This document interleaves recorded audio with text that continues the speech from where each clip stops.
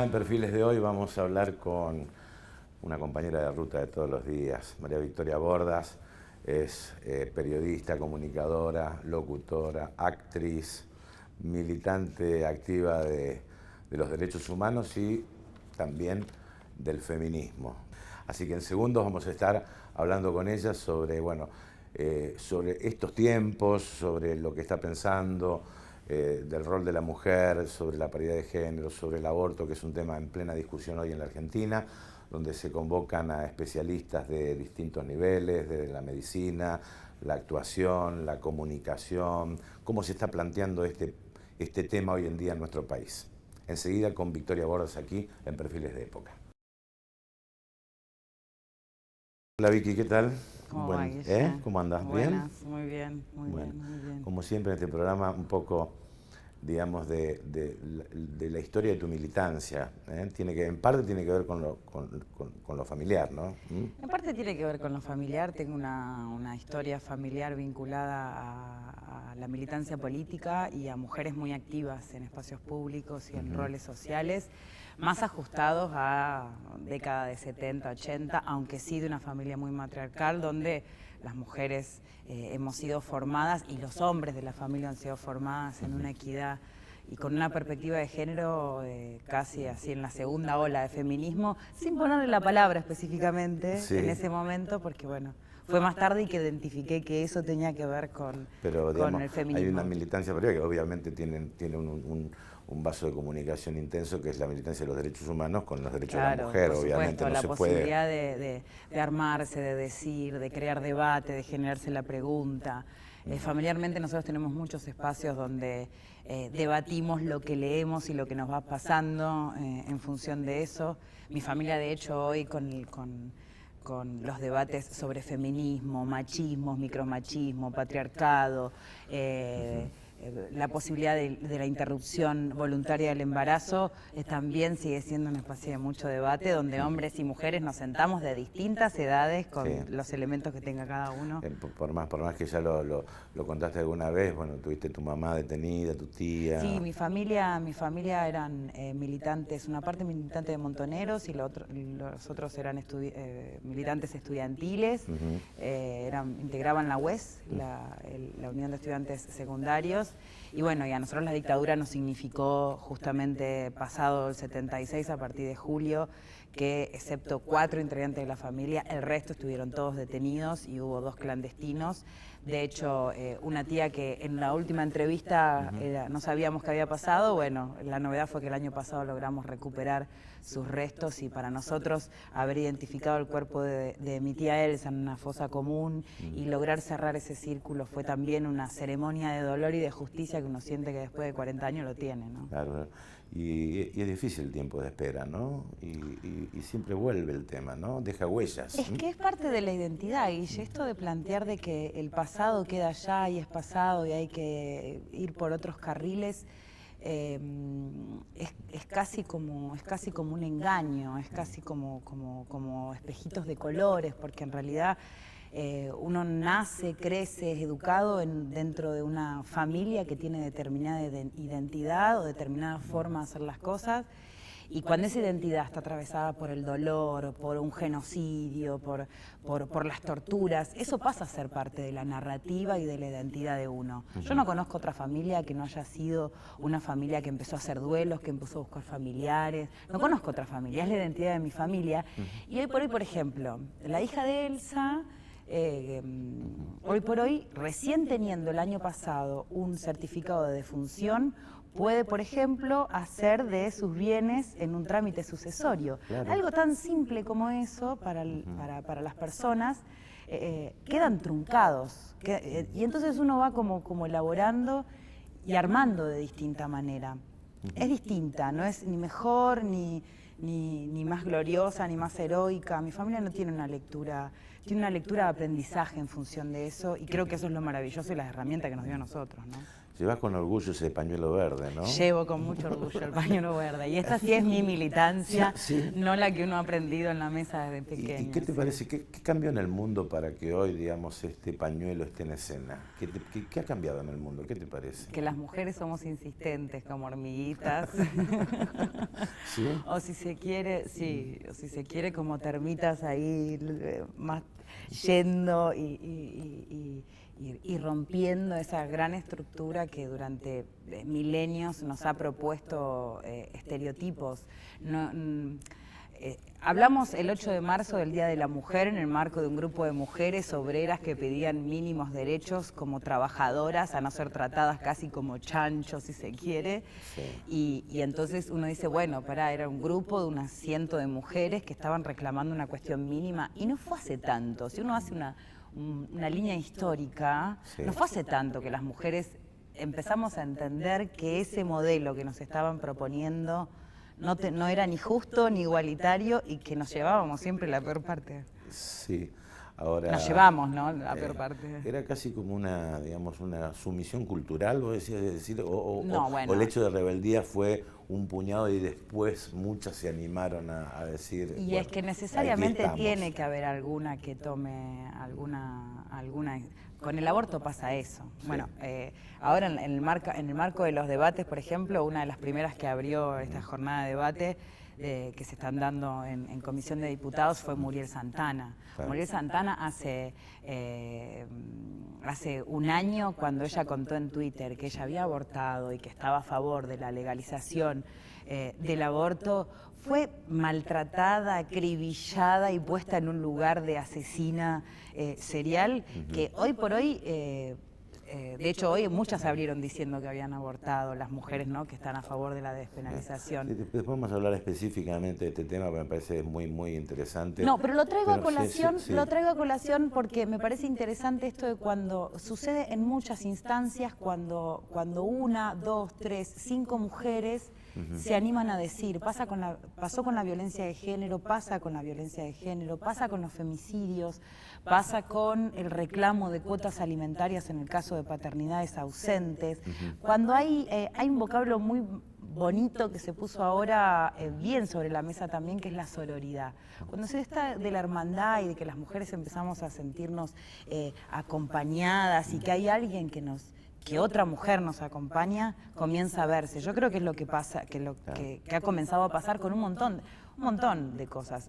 Si uno se pone a pensar en esa fábrica del famoso 8 de marzo, allá en Estados Unidos, re lejos, si hubieran sido 3 las huelguistas que se levantaban, la cosa no hubiera tenido el impacto histórico que tiene el día de hoy, ¿no? ¿Y hoy se nota el cambio cultural o crees que hay resistencia? Bueno, porque, por ejemplo, los primeros movimientos feministas ya en la década del 70, María...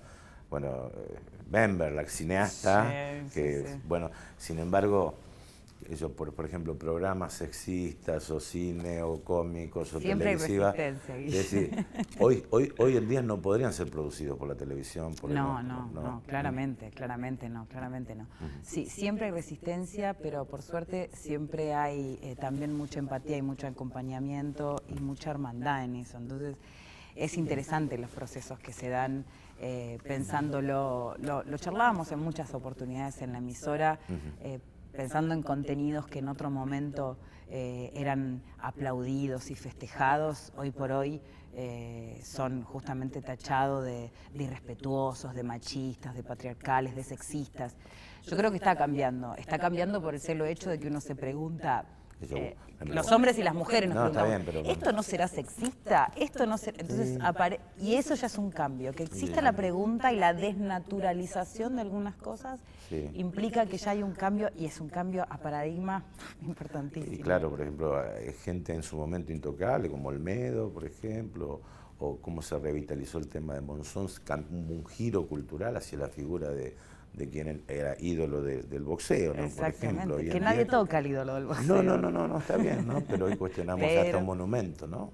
Pero claro, lo que se critica es la reivindicación de ese otro aspecto de él como ser humano, que era un hombre violento, y hoy, en ese momento no existía el vocablo, pero hoy uno podría decir que es un femicida. No se hace, digamos, en este caso no podemos decir que, pero sí podemos decir que si hoy por hoy sucedería en ese contexto, estaríamos hablando del femicidio de Alicia Muñiz, ¿no? Sí, sí, sí. Vamos a hacer una pequeña pausa, me gustaría hablar de qué estás pensando de la paridad de género, cómo se está planteando el tema del aborto en la Argentina, pero antes, si los medios de comunicación te parece que han cambiado, todavía no, frente a este tema. Los medios de comunicación son un lugar de poder y las narrativas se construyen en función de alguien que propone, o ese poder propone. Yo creo que los medios van cambiando en función de lo que proponen los mismos hacedores, los trabajadores y las y los creativos de esos espacios. Se van sumando. No es casual que hoy por hoy haya en las mesas de debate la posibilidad de hablar de temáticas que antes no se hablaban o que eran prohibidas. O los cambios se dan porque la gente lo propone y esto implica que hay un cambio de perspectiva. Quizás no como a las feministas nos gustaría, quizás no a la velocidad que a las feministas nos gustaría. Si no se busca únicamente la mujer bonita o la niña, no, sí, o la mujer seguro. Del clima, por ejemplo. Eso seguro, Guille, lo sabemos. Sí. Lo sabemos que de hecho los medios de comunicación, hasta los más serios, proponen maravillosos artículos y notas y coberturas y al lado ponen la sesión de fotos maravillosa que hizo fulana, ¿no? Que esa es una manera de... ¿Y la fulana qué grado también de responsabilidad en esta lucha tiene? ¿Qué te parece?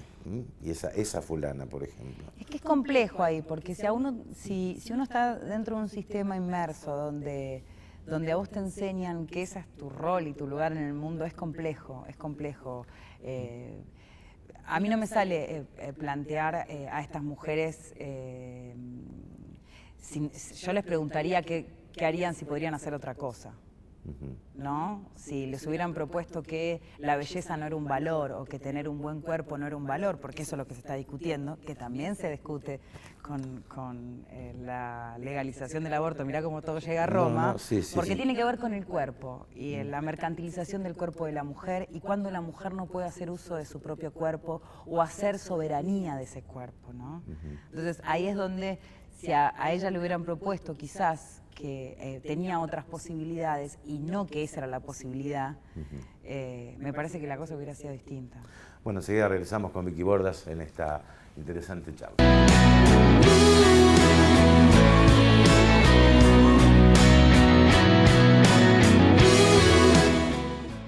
Bueno, seguimos con Vicky en Perfiles de Época, bueno, hablando de distintos temas que tienen que ver, pero fundamentalmente con la mujer.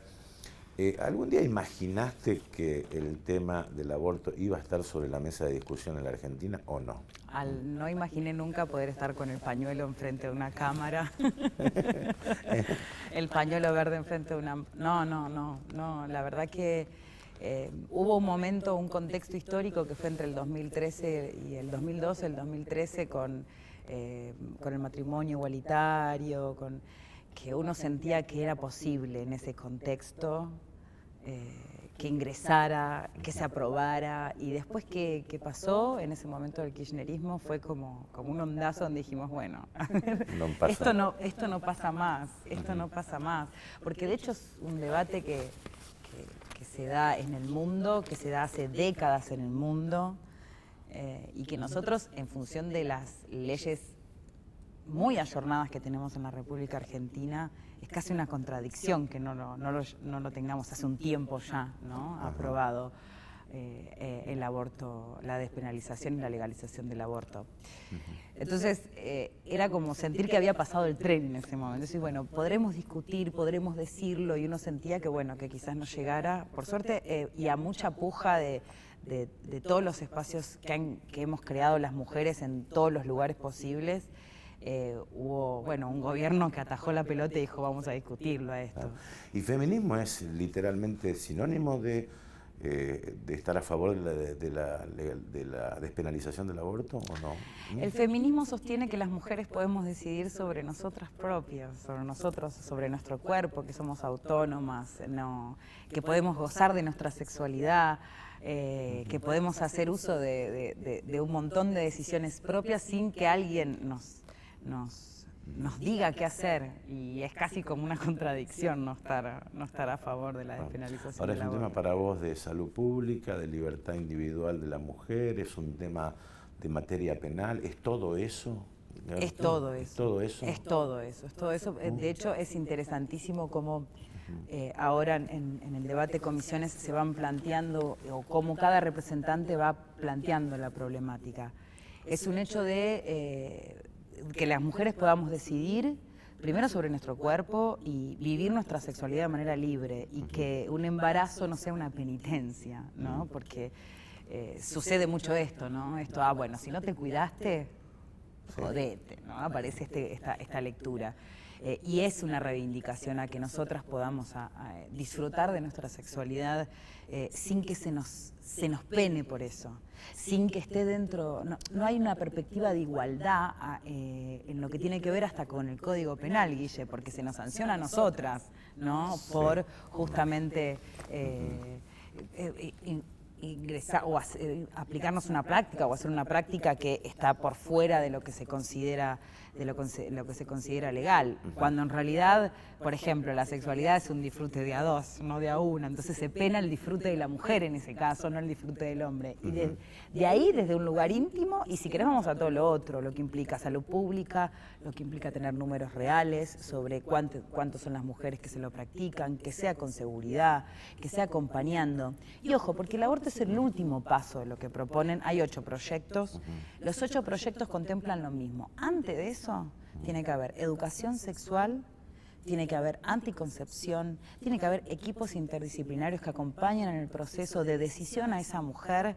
Entonces, también es necesario una política de Estado. China, que en el 75 o en la década del 70 implementó justamente la despenalización, despenalizó el aborto y es irrestrictivo en cualquier caso.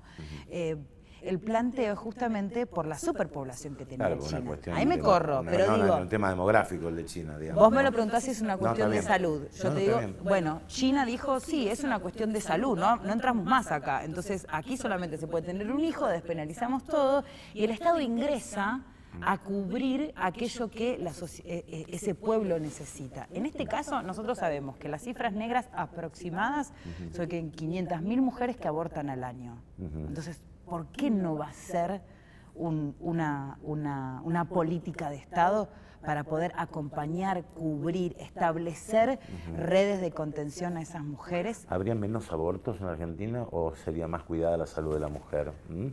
Digo, porque cuando se discutió en el 87 la ley de divorcio en Argentina, la gente no fue corriendo a divorciarse porque tenía ganas de divorciarse. Mirá, Guille, el aborto... Esto pasó en el 87, cuando se aventuraba que iba a haber colas en los registros civiles pidiendo el divorcio. Te doy el otro ejemplo. O en los juzgados pidiendo un divorcio. Te doy el otro ejemplo, que es el divorcio express, que no fue hace mucho, digamos, esto también, y todos creyendo que iban a ir como kioscos a sacar números y al juez decir, bueno, ahora me casé, la semana que viene me divorcio, no pasa nada.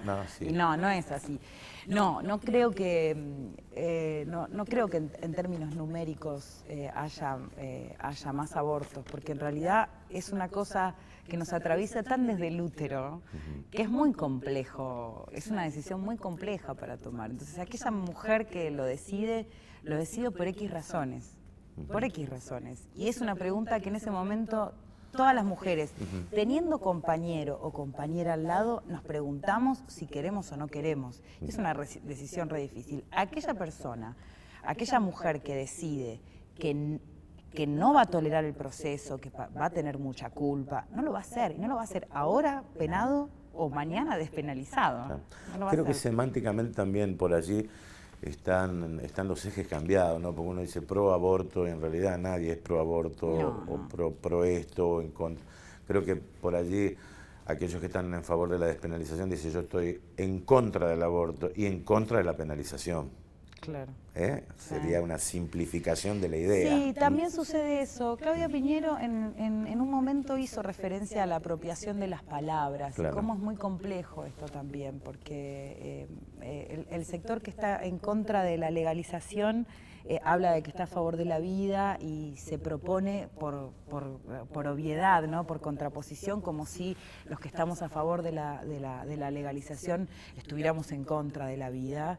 Y no es así tampoco. poco, hay apropiaciones que se dan de determinadas palabras. Igual me parece muy interesante que uno pueda ingresar a estos debates sin proponer instancias virulentas, porque los lugares que uno tiene afectivamente, subjetivamente, desde el lugar que sea, son propios y eso no va a haber ninguna ley que lo cambie, ¿no? Sí. Porque tiene que ver con la identidad de uno y cómo uno va decidiendo. En el caso de las leyes hay que proponer algo que logre establecer seguridades para justamente ese espacio que está desprotegido, que está descuidado. Y en este caso el número serían 500.000 mujeres al año en la República Argentina y es un número estándar. Ajá.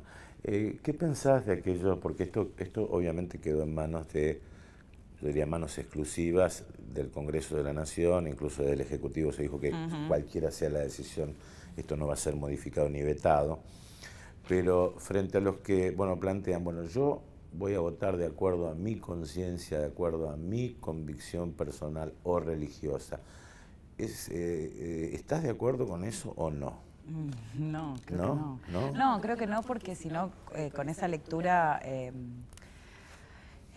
no hay representatividad. Nosotros tenemos cuerpos que son representativos del Ejecutivo, representativos en las cámaras, y entonces ¿a quién representan? En ese caso se representarían a sí mismos, ¿no? A la hora de votar, nada más, y no a ese pueblo que le votó, ¿no? Por suerte, somos una democracia donde vamos a elecciones y sabemos lo que implica ir a elecciones y las primarias y demás, y nos enloquecemos todos.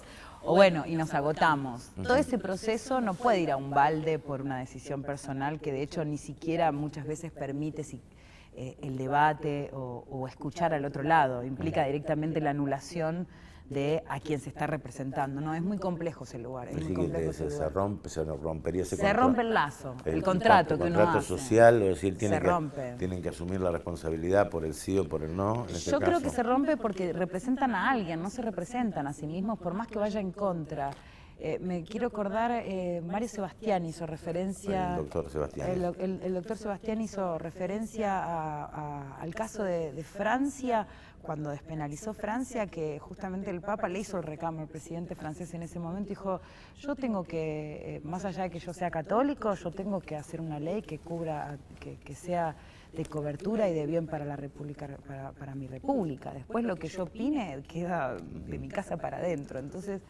O sea, el tema de salud pública está al margen de cualquier religión o convicción personal. Absolutamente. ¿Vos te imaginás un testigo de Jehová, por ejemplo, que ellos no se permiten la transfusión de sangre, está a cargo de un banco de diálisis? ¿No sería como una contradicción, no? O un banco... Es complejo porque uno tiene que generar leyes para todos los habitantes, para todos y todas las habitantes de un espacio. Entonces ahí es cuando... me parece que uno tiene que lograr saldar como representante del pueblo, si no, insisto, se está representando a sí mismo y no es su rol.